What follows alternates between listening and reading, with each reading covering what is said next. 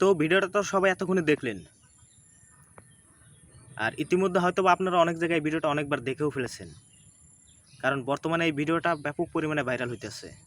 সেই জন্য হয়তো আপনি ভিডিওটা আরও অনেকবার দেখেও ফেলেছেন। তো এই ভাইটার উদ্দেশ্যে আমি কিছু কথা বলতে চাই, আর সেই কারণে আজকের এই ভিডিওটা আমি করতেছি।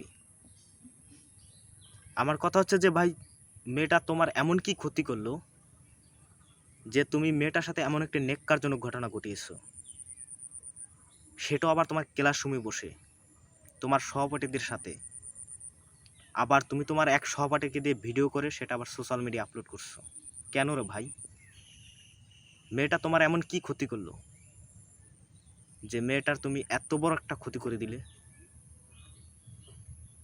তো ভাই, পুলিশের প্রতি দৃষ্টি আকর্ষণ করছি, প্রশাসনের প্রতি দৃষ্টি আকর্ষণ করছি, তাকে সঠিক বিচারের আয়ত্তে আনার জন্য, সঠিকভাবে তদন্ত করে তার যাতে কঠিন থেকে কঠিন শাস্তি হয়।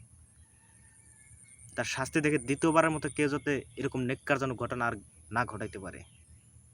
তো পুলিশের প্রতি আমার বিনীত অনুরোধ রইল, তাকে যত দ্রুত সম্ভব আইনের আওতায় আনার জন্য। আর বিদ্যালয়ের শিক্ষক যারা আছেন, আপনারা আর একটু সচেতন হন। আপনাদের ছাত্রছাত্রীরা ক্লাসরুমে বসে কী করতেছে আপনারা একটু ভালোভাবে লক্ষ্য করুন। তো আজকের ভিডিওটা এই পর্যন্তই ছিল, আর সবাই ভিডিওটা একটু শেয়ার করে দিবেন। তো সবাই সুস্থ থাকবেন, ভালো থাকবেন।